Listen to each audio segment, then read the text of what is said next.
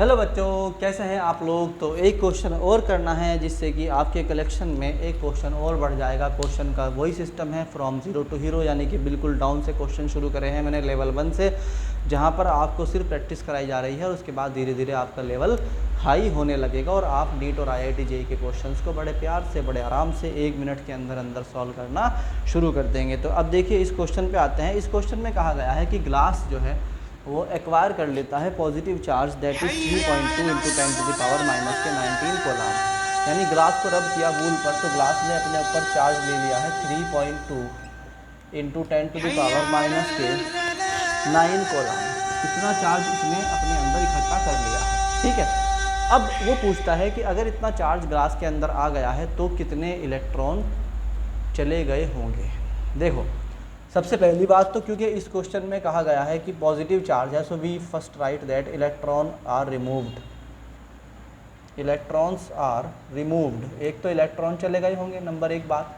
Number दो यह है कि अगर चले गए हैं तो कितने चले गए हैं। आप जानते हैं Q इक्वल टू क्या होता है, Q इक्वल टू क्या होता है, बताओ जल्दी से। Q इक्वल टू होता है NE, so we can write N equal to Q upon E and N equal होता है Q अपॉन E। तो Q की वैल्यू है आपके पास 3.2 into 10 to the power minus के 9 ओवर E की वैल्यू है 1.6 into 10 to the power minus के 19। बात समझ में आई कि नहीं आई।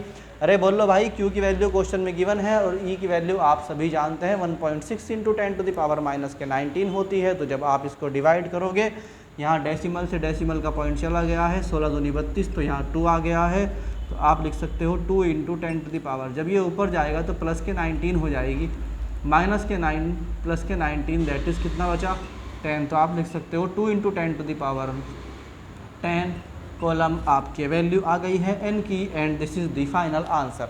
तो इस तरह बच्चों देखो धीरे धीरे हम क्वेश्चन का लेवल उठाते जा रहे हैं। होप आपको समझ आ रहा होगा, सारी मेहनत आपको समझ में आ रही होगी। इसमें एक बात और पूछी उसने, एक बात पूछी है उसने, what is the change in mass, है ना। What is the change in mass. तो देखो मेरी बात सुनो, मास का फॉर्मूला सीधा वही है, कितना n, यानी कि नंबर ऑफ इलेक्ट्रॉन्स, है ना, into mass of 1 electron, mass of 1 electron. ये बहुत सिंपल सी बात है। यानी अगर आपको टोटल मास पता करना है कितना कम हो गया है, इसमें मास कम हुआ है या बढ़ा होगा। जब इलेक्ट्रॉन चले गए तो मास को घटाकर चले गए, हम कहेंगे मास डिक्रीज्ड। मास क्या हुआ, डिक्रीज्ड, मास डिक्रीज्ड। तो इस तरीके से क्या लिखेंगे, मास डिक्रीज हो गया है तो m equal to n into 10 to n, यानी कि नंबर ऑफ इलेक्ट्रॉन कितने चले गए हैं। अभी आपने निकाला कि नंबर ऑफ इलेक्ट्रॉन जो है, यहाँ पे कॉलम गलत लिख दिया है मैंने क्योंकि यहाँ पे नंबर ऑफ इलेक्ट्रॉन है और नंबर ऑफ इलेक्ट्रॉन की कोई यूनिट नहीं होती। तो नंबर ऑफ इलेक्ट्रॉन लिखो सबसे पहले 2 into 10 to the power 10 and mass of 1 electron कितना होता है 9.1 into 10 to the power minus के 31 kg।